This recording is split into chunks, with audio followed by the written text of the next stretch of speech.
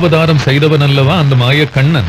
பொருத்தமாய் ஆண்டாள் பாடுகிறாள், நோற்றுச் சுவர்க்கம் புகுகின்ற அம்மானாய் மாற்றமும் தாராரோ வாசல் திறவாதார் நாற்றத் துழாய்முடி நாராயணன் நம்பால் போற்ற பறை தரும் புண்ணியனால் பண்டொரு நாள் கூற்றத்தின் வாய் வீழ்ந்த கும்பகர்ணனும் தோற்றும் உனக்கு பெருந்துயில் தான் தந்தானோ ஆற்ற அனந்தலுடையாய் அருங்கலமே தேற்றமாய் வந்து திறவேலோர் எம்பாவாய்.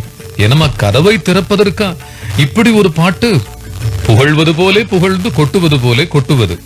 பாவை நோன்பிருந்து அந்த பாவை நோன்பின் புண்ணியத்தை பெற்று சொர்க்கம் புக நினைக்கும் பெண்ணே, வாசல்தான் திறக்கவில்லை, வாயாவது திறக்க கூடாதா? என்னம்மா பேசக்கூடாதா நீ? நறுமணம் மிக்க துளசி மாலையை அணிந்த நாராயணனை நாம் போற்றி பாடினால் அவன் நமக்கு அருள் தருவான்.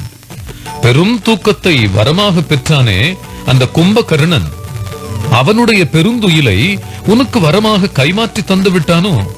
ஆழ்ந்த தூக்கத்திலே அமிழ்ந்து கிடப்பவளே, உறக்கம் தெளிந்து கதவை திறந்து எழுந்து வா என்று தூக்கத்தில் அமிழ்ந்து கிடப்பவளை தட்டி எழுப்புகின்றாள் ஆண்டாள்.